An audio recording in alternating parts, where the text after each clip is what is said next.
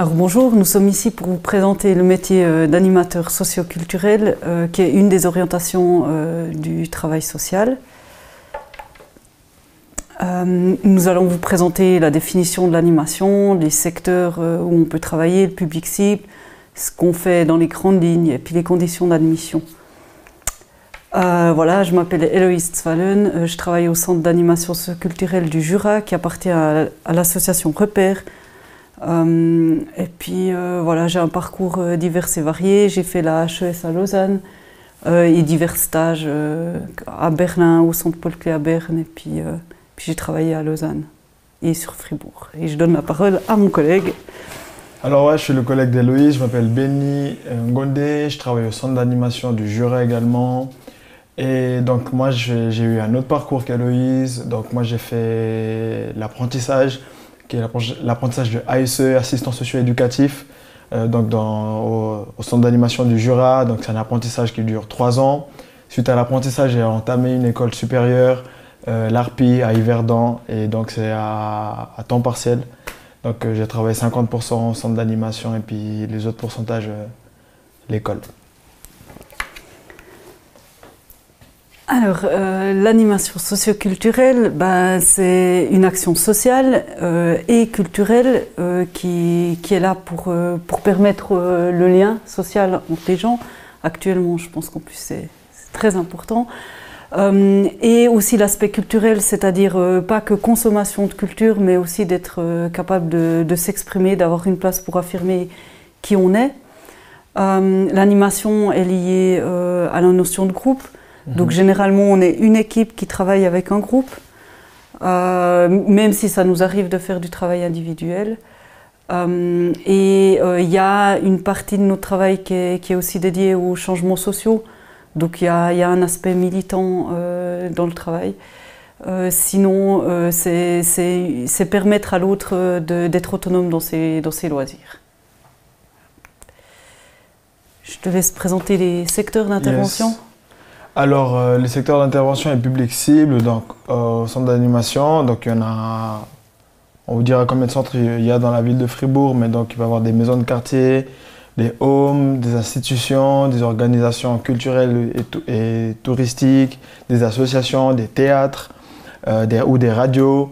Comme public cible, on a des enfants, des adolescents, et des personnes âgées, des personnes en situation de handicap, des familles, des personnes discriminées ou pas, appartenant à une minorité ou pas, des collectivités, des associations, et donc plus largement pour la population d'un quartier ou d'une ville, ou plus largement encore.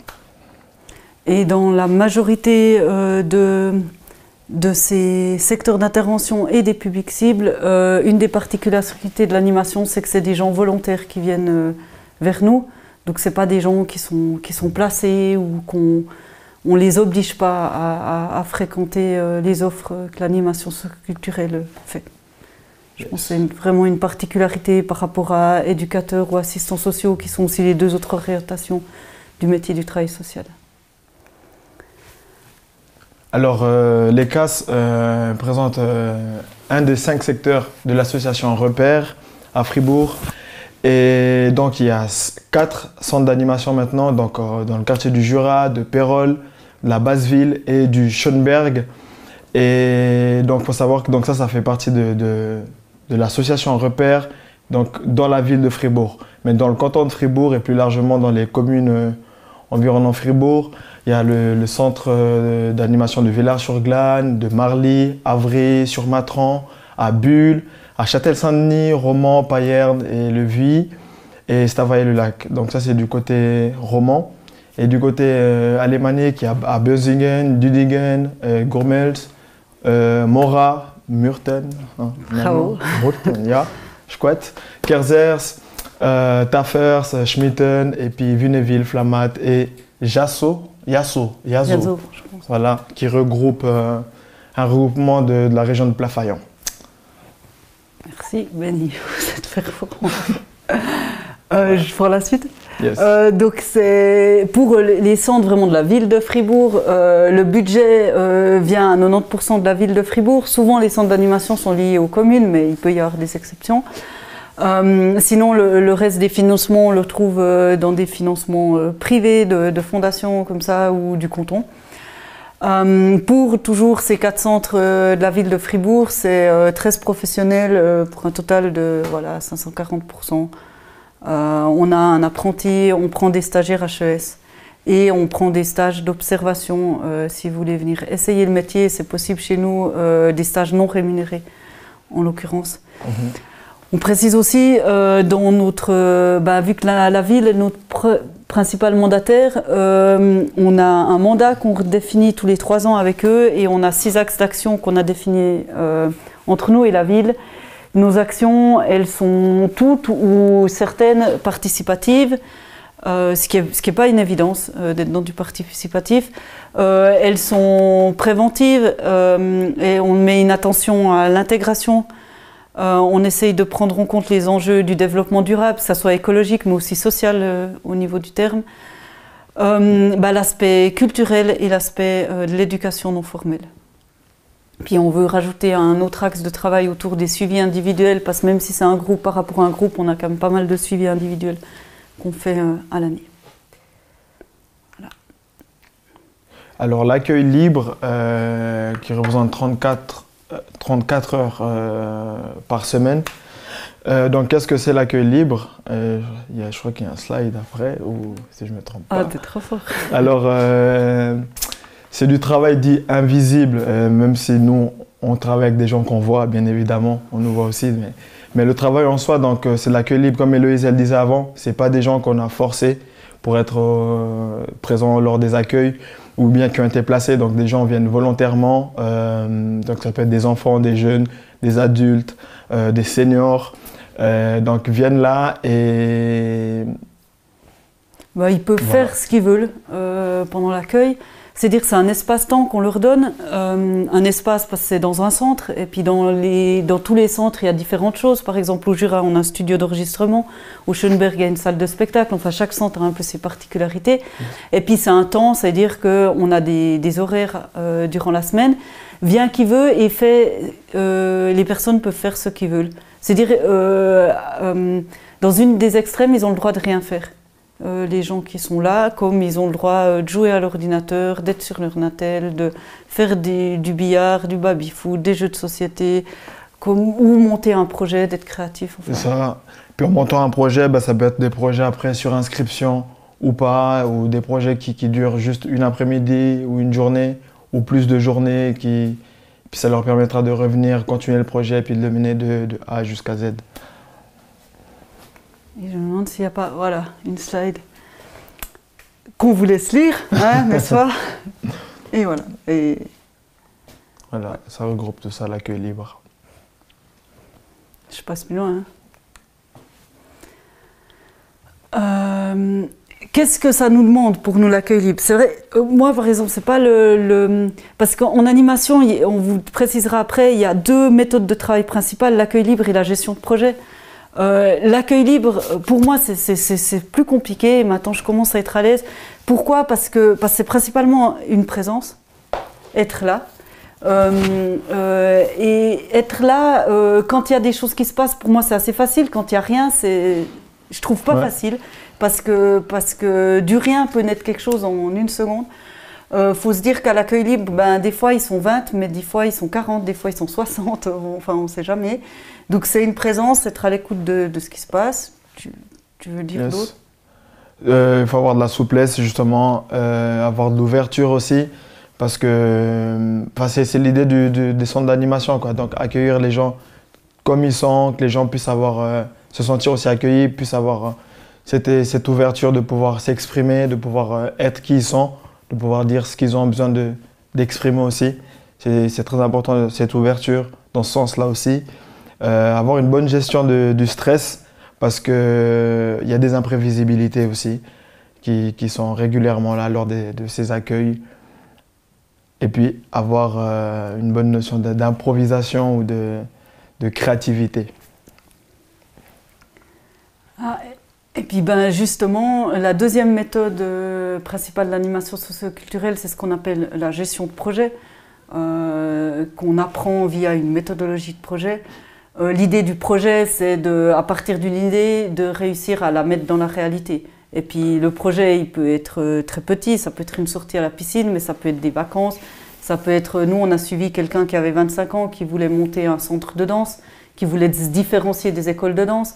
Il y avait des demandes de fonds à faire, c'était un projet beaucoup plus complexe. Donc voilà, gestion de projet, ça peut être de tout type.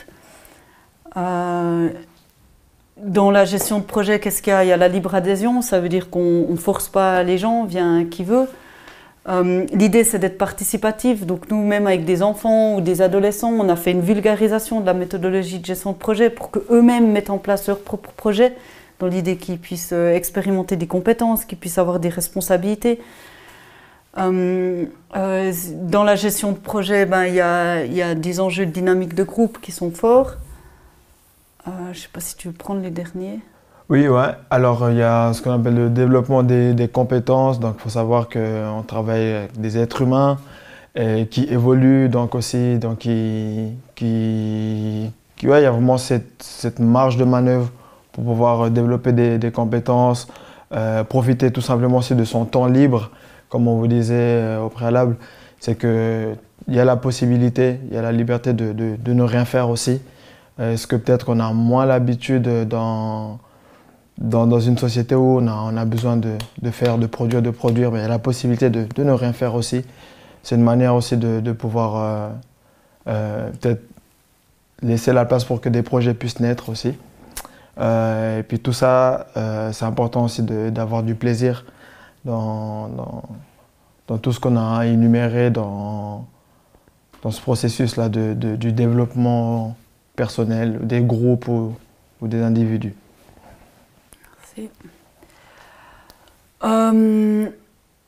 Principales compétences mobilisées, la disponibilité, l'ouverture. C'est vrai qu'on n'a pas des horaires fixes, qu'on a des semaines où on explose nos heures, typiquement des semaines où on part en camp.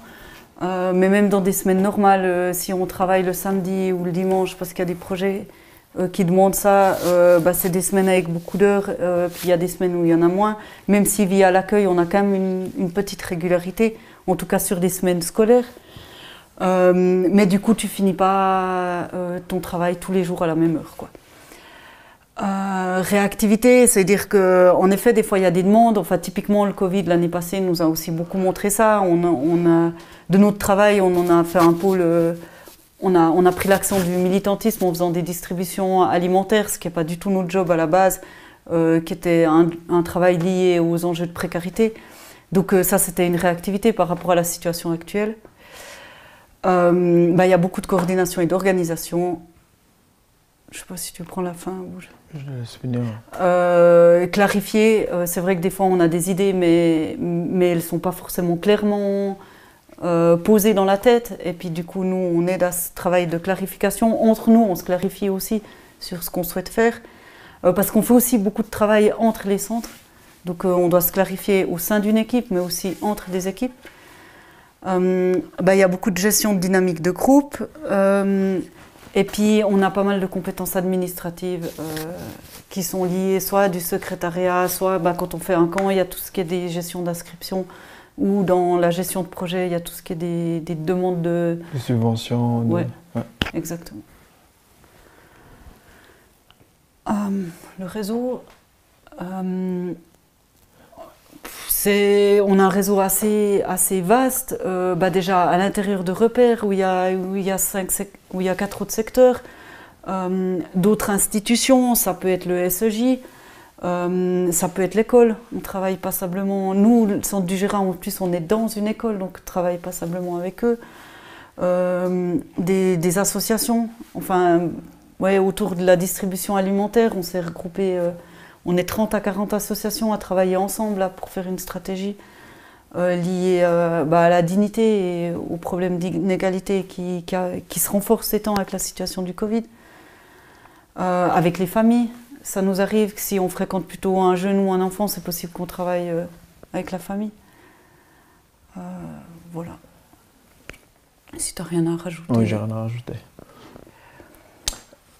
Alors, on fait aussi ce qu'on appelle la mise à disposition des locaux dans les centres d'animation. Donc, ça peut être pour des associations, pour des fêtes privées, pour des cours, des répétitions de danse, de sport. Voilà, c'est vaste. Donc l'idée c'est vraiment de nourrir les liens sociaux entre les associations, entre différents partenaires ou entre les habitants d'un quartier ou les usagers des centres d'animation.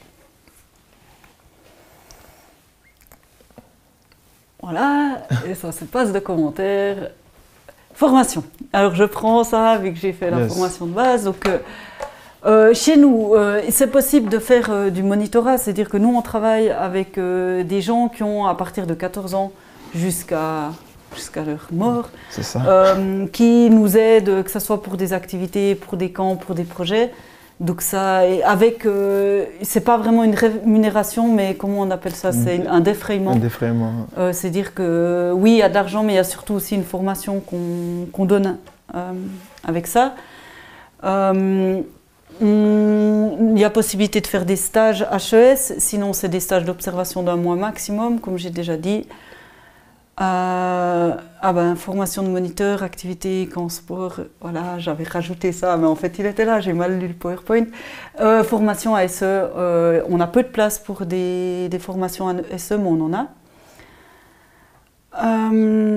Et puis en termes d'expertise, c'est vrai que la ville ou le canton peut venir nous chercher, que ce soit pour des lancements de projets ou des lancements de structures. Et puis en termes d'expertise aussi, le milieu associatif peut nous solliciter. La formation, donc il y a travail social, il y a 3 orientations. Maintenant on termine tous avec un bachelor en travail social, il y a possibilité de faire un master. Mais ceux qui ont vraiment l'orientation animation socio-culturelle, donc ça veut dire 6 mois de cours qui sont dans l'orientation et le deuxième stage, la formation c'est de 3 ans, le deuxième stage qui est vraiment dans ton orientation, c'est Sion, Genève et Lausanne. À Fribourg, on peut faire la formation, mais il n'y a pas l'orientation animation socio-culturelle. La première année est une année de tronc commun, donc c'est possible de commencer à Fribourg et on a déjà vu des étudiants qui viennent faire leur premier stage chez nous, parce que le premier stage, tu peux le faire dans les 3 domaines, et puis après de finir leur formation ailleurs pour être dans l'orientation animation socio-culturelle. Ça à discuter, il n'y a qu'à venir nous voir, enfin, on est aussi à disposition pour ça, donc je ne veux pas trop préciser là autour, mais vous pouvez facilement trouver nos contacts et puis nous poser des questions. Mais à la fin de ce HES, c'est un bachelor en travail social avec option animation socio-culturelle si on a choisi ça. 2 autres options, j'en ai bien assez parlé. Qu'est-ce qui nous permet d'aller à la HES? C'est un titre de maturité gymnasiale. Sans CFC. Voilà. Ouais. Professionnel sans CFC. Ouais, je ne sais pas ce que ça veut dire. Mais ce qu'il vous demande la HES, c'est de suivre une séance d'information. Ensuite, il vous demande un stage de 40 semaines, dont 20 semaines qui doivent être dans le milieu spécifique, donc dans le travail social. Il y a 20 semaines où vous pouvez faire ça à la micro, si vous voulez, ou n'importe où. Mais dans le domaine spécifique, c'est 20 semaines liées au social, avec un rapport. Et puis après, maintenant, ils ont mis une épreuve de régulation qui est un QCN, si je me souviens bien. Moi, j'avais pas ça. En voie spécifique, c'est un titre de maturité spécialisé en travail social ou professionnel de la santé. Donc ça, c'est après typiquement ce que Benny a fait, ASE, donc on peut faire une maturité. Ou alors c'est, je ne sais pas si on l'a dans le prochain slide. Non. Ou alors c'est via l'ECG dans le domaine du social. Et puis après l'ECG, il y a la maturité, ce qui est le stage de maturité d'une année. Et puis là, après, c'est une voie où on peut rentrer directement à la HES. Il demande une séance d'information aussi et d'une épreuve de régulation. Mais là, il n'y a pas précisé le stage d'une année parce qu'en fait, il fait partie de la formation, de la matu, que ce soit ASE ou ECG. Et puis voilà, ça c'est en gros ce que vous avez sur les 3 ans. Mais venez nous demander, au lieu que je vous présente ce slide, on peut en discuter de ces études. On est plusieurs à les avoir fait. Voilà. Et voilà, c'est fini. Merci. Ouais, merci.